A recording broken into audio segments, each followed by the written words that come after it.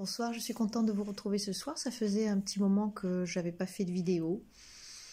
Et ce soir, c'est une vidéo essentiellement sur une certaine sensibilité. Je suis en train d'entrer dans la phase d'approfondissement de la formation de la communication non violente. Et au-delà de tous les process, au-delà de toutes les explications, j'ai senti vraiment dans un exercice qu'a fait faire Thomas d'Assembourg à ses participants, c'est-à-dire notamment ce que je vais proposer moi aussi peut-être aussi en atelier, par inspiration pour cette partie-là, qui est véritablement l'écoute de soi. Thomas d'Assembourg dit à un moment, une fois que l'exercice est passé, il explique, il dit comme ça, mais finalement, de quoi suis-je séparé? Cette question a parfois où on n'a pas de réponse, et où cette question revient quand il nous semble, je pense, qu'on se sent tous un petit peu séparés de quelque chose, lorsque finalement on se met à ne plus s'aimer complètement. S'aimer complètement, je m'entends. Souvent, on aime plus nos parties joyeuses, lumineuses, nos parties qui se montrent bien face à tout le monde, nos parties qui rendent les autres heureux. Cette partie qui nous relie et qui est très importante. Mais souvent, les parties les plus en creux, les plus en coin, les parties les moins agréables de soi-même, eh bien, on les met de côté. Et c'est bien dommage parce que souvent, ces parties-là, elles parlent de nous, elles parlent de traumatismes que l'on a pu avoir, elles parlent d'émotions que l'on ne veut pas entendre, elles parlent de besoins qui ne sont pas aimés, qui ne sont pas vérifiés, qui ne sont même pas connus ou reconnus. Et ce soir, vraiment, c'est une vidéo sur cette partie de nous, sur ces parties de nous que nous n'osons pas exposer aux autres parce que nous n'osons pas même l'exposer à soi-même, ne pas les reconnaître, une colère, un défaut, du moins ce que l'on prend pour un défaut, que ce soit un défaut physique, trop de poids, trop maigre, trop coléreux, trop jaloux. Et souvent ces parties-là, on le sait, montrent une souffrance. On n'est pas coléreux ou on n'est pas jaloux, me semble-t-il, par plaisir. On n'est pas trop maigre ou on n'est pas trop gros, j'ose dire le poids, par plaisir. Ça n'a rien à voir. Et souvent, ces parties-là, on voudrait les cacher, ces parties de nous. Alors certains, pour cacher ces parties-là, vont faire des plaisanteries tout le temps, vont être les personnes les plus charmantes du monde, vont être les personnes qui vont rendre tout le temps service, même quand elles n'en ont pas envie.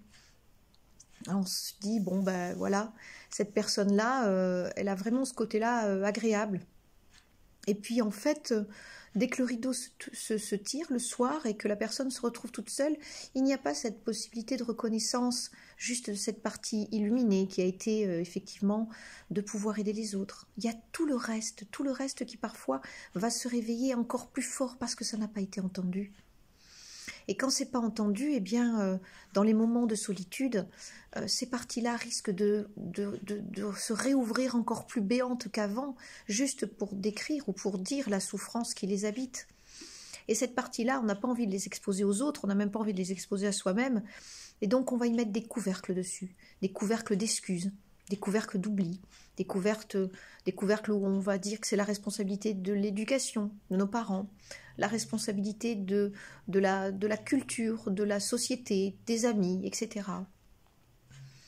Et je trouve que c'est dommage parce que c'est une déresponsabilisation de soi-même. Mais au-delà de ça, c'est une véritable souffrance. Et là, ce soir, je voudrais dire, et si, eh bien, si on pouvait avoir un geste de se prendre dans les bras soi-même et de se dire, je m'aime complètement. Voilà, j'aime même les parties les plus douloureuses de mon être, les parties que je ne veux pas connaître, qui sont en souffrance, mes parties de traumatiques. C'est difficile, c'est vrai que j'ai pas envie de ressentir les émotions qui me font mal, même je vais dire qu'au lieu même de les ressentir, eh bien, je vais chercher des échappatoires dans la nourriture, dans la cigarette, dans la drogue, dans la boisson, dans la jalousie, voire même parfois dans une espèce de méchanceté abusive, en faisant des réflexions à tout le monde. Voilà, je cache cette partie de moi, je cache ces émotions qui sont trop difficiles à supporter par des addictions, quelles qu'elles soient.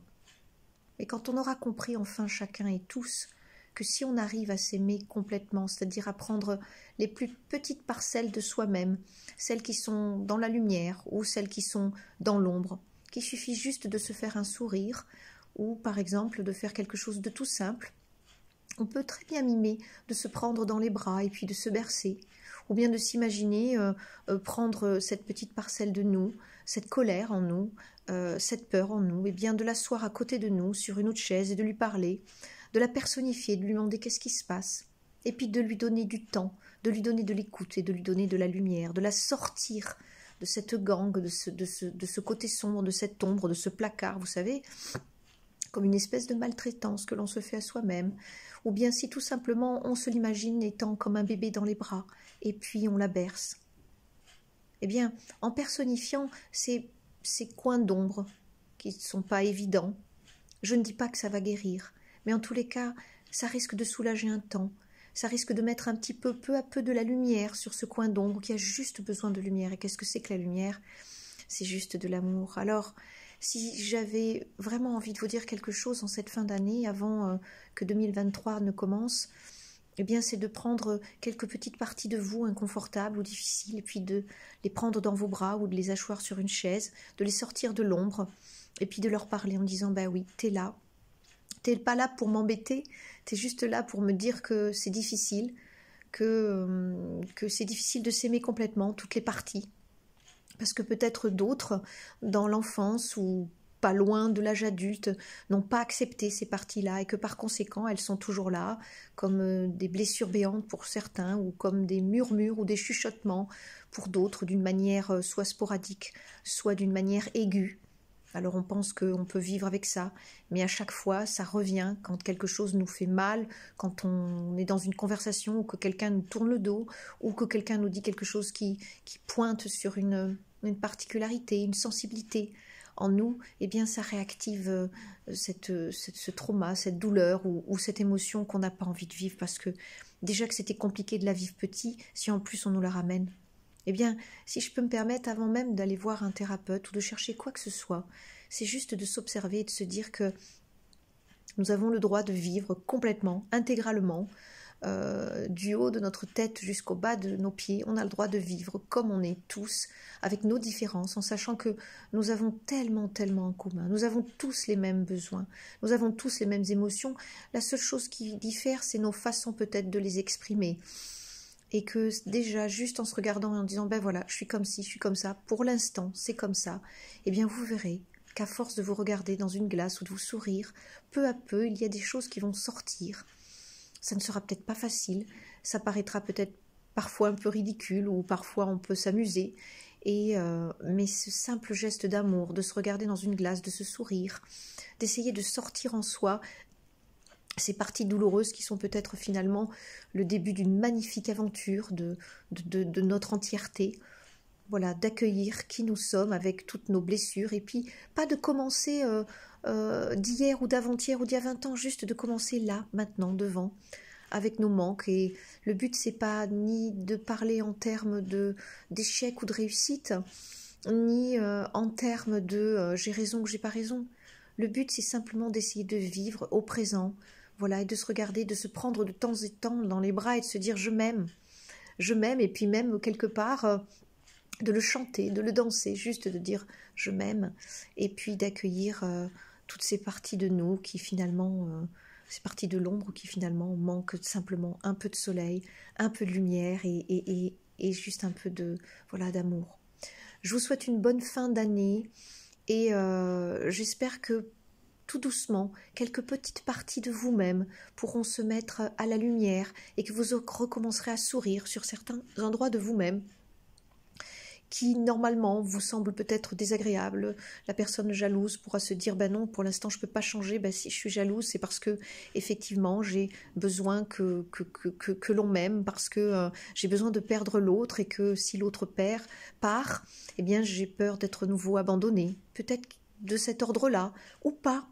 Je crois que moi j'essaye un petit peu de sortir loin des chemins battus, des protocoles, parce que finalement les protocoles ça enferme énormément, mais si une main de ci de là, une vidéo comme celle-ci ou d'autres peuvent nous accompagner, nous donner la main mutuellement, juste voilà, dans des échanges ou peut-être avec d'autres amis, et bien de se dire que la jalousie, certes c'est peut-être quelque chose de difficile à vivre pour les deux, mais déjà de l'accueillir et de l'accepter en soi, c'est une manière de se dire qu'effectivement il y a peut-être quelque chose qui a été vécu en soi comme un abandon, un appel à l'amour, une perte de quelque chose. Et donc juste déjà de reconnaître ça, comme d'autres addictions. Voilà. Le fait d'avoir une addiction quelconque ne fait pas de nous des personnes mauvaises. Et encore une fois, le désaccord n'est pas le désamour. Donc on peut être en désaccord avec une partie de soi, et on peut le constater, mais cela ne veut pas dire que l'on doit être en désamour avec une partie de soi. Je vous souhaite une bonne soirée, et puis je vous souhaite beaucoup de petits accords, voilà, de petits mouvements, même des micro-mouvements, et même s'il y a 3 pas en avant et 2 pas en arrière, ça n'a pas d'importance. Et même s'il y a 3 pas en avant, puis pendant 6 mois, rien du tout, quelle importance après tout? C'est juste nos petites victoires sur nous-mêmes, sans essayer d'y mettre dessus le terme échec ou réussite. Juste essayer d'être un être humain sur un chemin, et allant à son rythme comme on peut, et se tenant là où on peut. Voilà. Et ça sera déjà un très beau chemin. Bonne soirée.